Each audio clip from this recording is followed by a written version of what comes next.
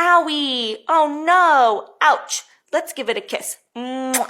As a pediatric speech-language pathologist, here's how I would read the My First Words book to build foundational language skills. For receptive language development, we want to focus on identifying important people, words, and actions. What makes this book perfect to do that with is that the photos are large, colorful, and involve a child's daily routine. We want to say, hi, pairing it with a wave or a gesture. Hi, baby. Can you wave hi? Mama. Hi, Mama. Where's Mama? We want to pause and encourage pointing to Mama. There she is. It's Dada. There's Dada. Hi, Dada. I see a baby. Where's the baby? There's baby. Uh-oh, our gesture looks like this. What happened? Oh, no. Make sure to say no and wave your finger back and forth. Next we have ball. Where's the ball?